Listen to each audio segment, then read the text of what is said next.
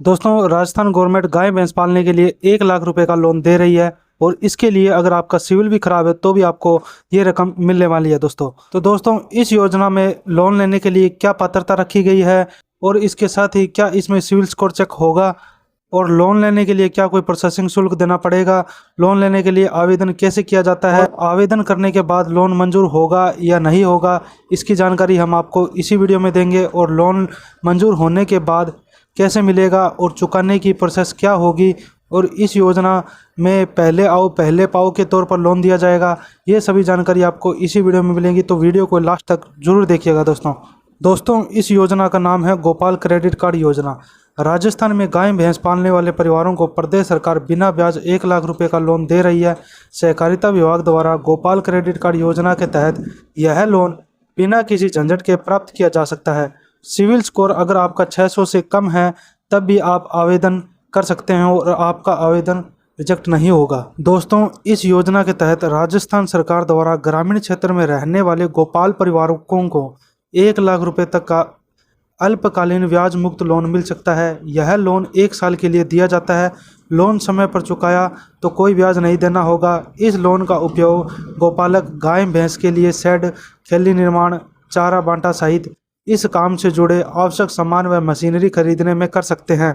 दोस्तों गोपाल शहरी credit card योजना में लोन लेने की पात्रता क्या रखी गई है? जन आधार कार्ड व आधार कार्ड होना आवश्यक है। उसके नाम पूर्व में 2 से ज़्यादा लोन नहीं होना चाहिए। बैंक को स्वीकार्य 2 व्यक्तियों की रेफरेंस गारंटी दिलानी होगी। वहीं ऑनलाइन आवेदन करने के लिए SSO ID का उपयोग करना होगा। दोस्तों पहले गोपाल क्रेडिट कार्ड योजना के अंतर्गत कठोर शर्तें थी। 600 सिविल स्कोर होना चाहिए था। गोपाल का पंजीकृत सहकारी समिति का सदस्य होना जरूरी है और दूध बेचने का भुगतान खाते में होना जरूरी था। क्या अब भी ये पात्रता रखी गई है? नहीं दोस्तों, इस योजना में लोन देने के लिए अब ये बाध्यता हटा दी गई है। पशुपालक के लिए डेयरी समिति की सदस्यता व पंजीकृत सहकारी समितियों को दूध देने की शर्त हटा दी गई है।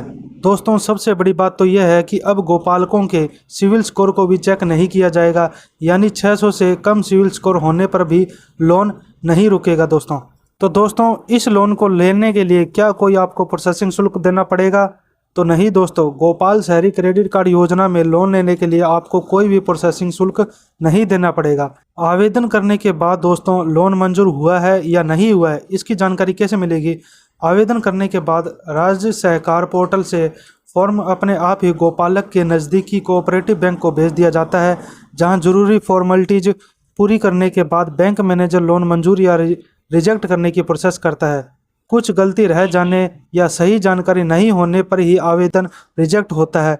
योजना में 31 मार्च 2025 तक आवेदन किए गए 1,06,08 आवेदकों में से अब तक सिर्फ 2267 फॉर्म ही रिजेक्ट हुए हैं। दोस्तों लोन मंजूर होने के बाद मिलेगा कैसे और इसको चुकाने की प्रोसेस क्या होगी?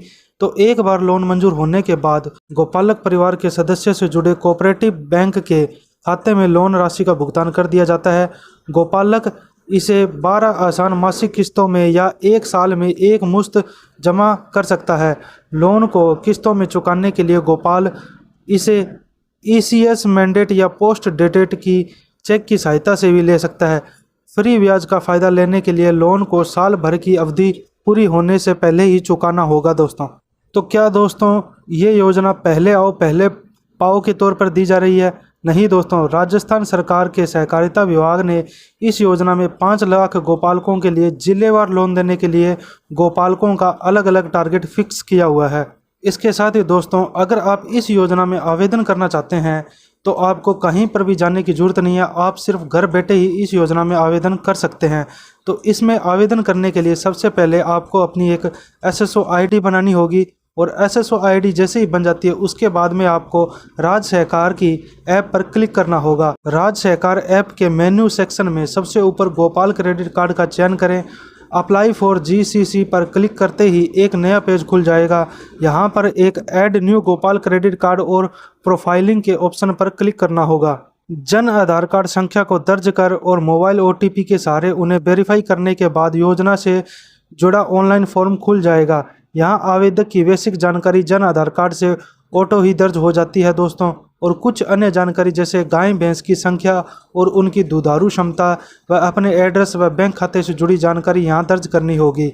तो दोस्तों इस तरीके से आप इस योजना का फ़ायदा उठा सकते हैं।